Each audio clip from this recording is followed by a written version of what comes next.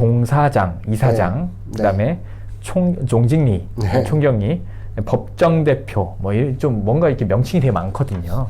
사실은 이런 것도 사실 우리 많이 모르시는 분들이, 정확하게 모르시는 분들이 많을 거라고 생각을 해요.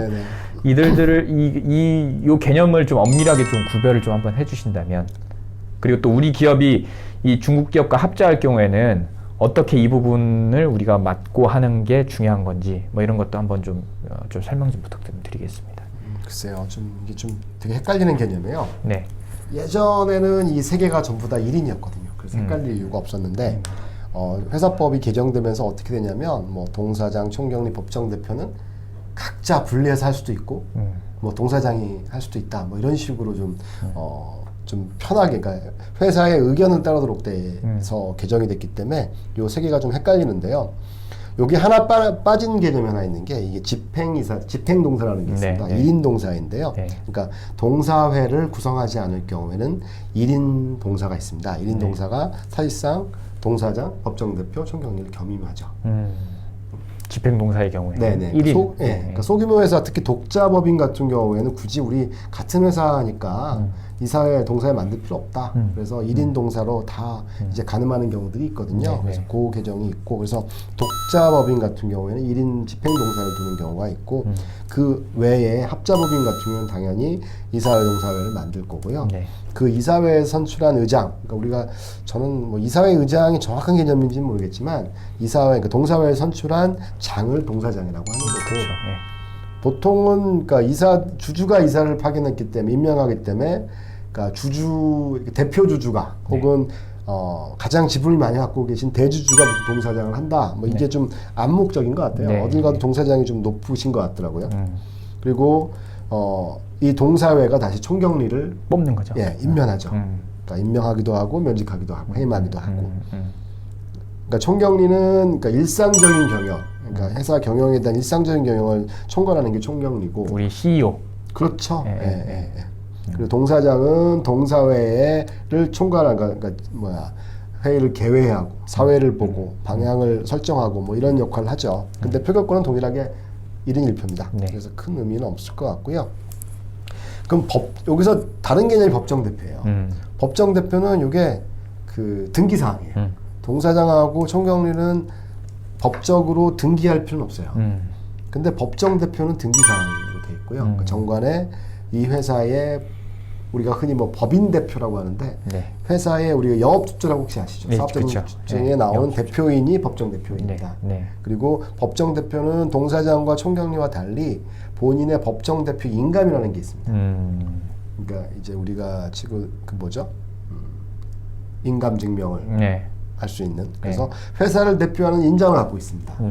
그래서 그 인장은 은행 업무 아니면 대외 계약 업무 뭐 이런 것들 쓰기 때문에 어떻게 보면 법정대표가 회사를 대표한다고 볼 수도 있어요. 법적으로.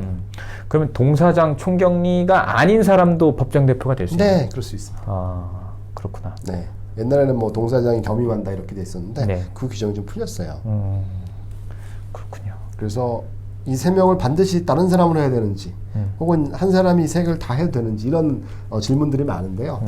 뭐 다 하셔도 되고 다 따로 하셔도 됩니다.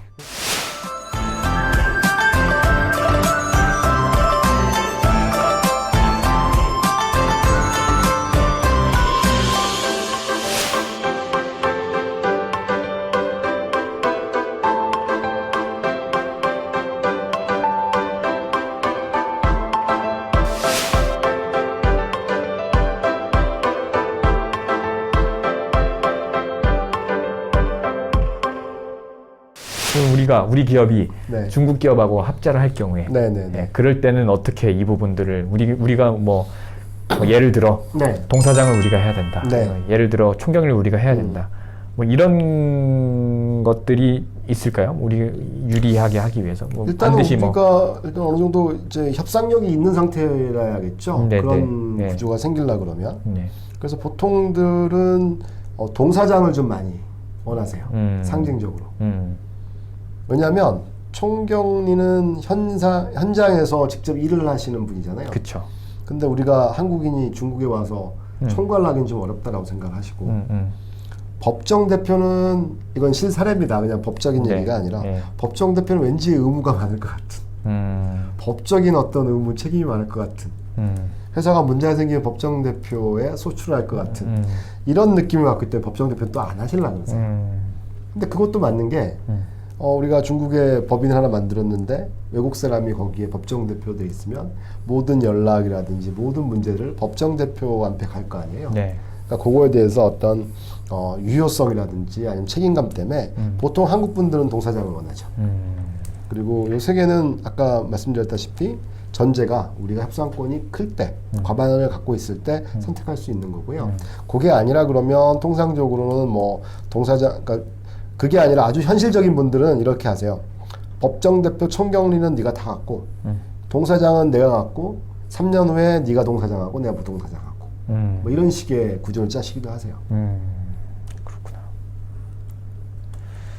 그럼 아까 뭐 또 말씀하셨지만 이 JV 설립 시 감사의 역할에 대해서 아까 뭐 우리 감사를 우리가 확보를 하는 방법도 상당히 영향력 있는 방법이다라고 하셨는데 이 감사의 역할은 어느 정도로 중요한 건가요? 감사는 잘 모르세요. 이게 네. 역할이 있는 건지 없는 건지. 근데 감사의 역할 중에 제일 중요한 게 뭐냐면요. 동사회에 참석할 수 있고요. 의견을 개진할 수 있고요. 주주를 대표해가지고 소송을 할 수 있습니다. 그리고 주주나 이사, 고급 관리자가 배임 행위를 할 경우에 그거에 대해서 시정을 요구할 수도 있고요. 그렇기 때문에 감사가 갖고 있는 권한이 생각보다 상당히 강합니다. 그리고 회사 자료에 대한 연락권을 갖고 있고요. 그렇기 때문에 그리고 뭐 어떤 데는 이제 제3자, 회계법인이나 법무법인을 통해 가지고 회사 자료에 대해서 다시 한번 이렇게 리뷰를 할 수 있는 이런 것들을 요구할 수 있는 이런 권리까지 갖고 있기 때문에 감사가 의외로, 왜냐하면 이사는 어떻게 보면 좀 기싸움의 영역이거든요. 내가 지분이 예를 들어 이런 거잖아요. 51% 49%인데 3대1을 가져. 그러면 2를 가진 사람 뭔가 좀 내가 왜 2를 가져야지? 이런 고민을 하실 텐데 감사는 그런 거에서는 조금 비껴나 있기 때문에 오히려 감사를 가져가면, 그러니까 이사는 3대2에서 2로 양보를 하더라도 2 플러스 감사를 가져갈 경우에는 오히려 더 많은 권한과 이제 회사를 더 이제 관리 감독할 수 있는 이런 여지가 더 생긴다고 보시면 돼요. 중국 우리 분들은 이 감사의 역할에 대해서 그렇게 중요하게 생각은 안 하는 거죠. 실질적으로 실질적으로는 감사 역할이 어떻게 보면 할 수 있는 게 꽤 역할이 많은데 잘 모르세요. 잘 모르시는 거죠. 중국 분들도. 그래서 우리가 감사의 역할을 조금 더 우리가 다시 재조명하고 그렇죠. 다시 보고 감사를 확보하는 게 나중에 혹시나 무슨 문제나 이런 문제가 생겼을 시에 보완할 수 있는, 그러니까 이거를 커버할 수 있는 중요한 어떤 포인트가 된다라는 거로 좀 말씀을 좀. 그리고 주의하실 점은 감사는 1인이 아니고 2인 혹은 감사회입니다. 그러니까 내가 감사를 가져갈 경우에 1인도 가능하고요. 중국 측도 한 명을 더 가져갈 수 있어요. 근데 뭐 감사는 뭐 누가 가져가든지 감사 역할이 중요한 거기 때문에 제가 볼 때는 이사회에서 과반수나 아니면 어떤 뭐 의미 있는 표수를 못 가져갈 경우에는 감사를 확보하는 것도 하나의 방법이다. 만약에 감사회라고 해서 2명 중에 한 명으로 들어가더라도 감사 역할은 이런 동사의 참석이라든지 배임행의 뭐 시정 요구라든지 회사 자료에 대한 열람권이라든지 뭐 주주를 대표해서 소송을 한다든지 이런 것들이 다 가능하니까 그렇게라도 한 명이라도 들어가는 게 굉장히 중요하다라는 거죠. 그렇습니다. 네.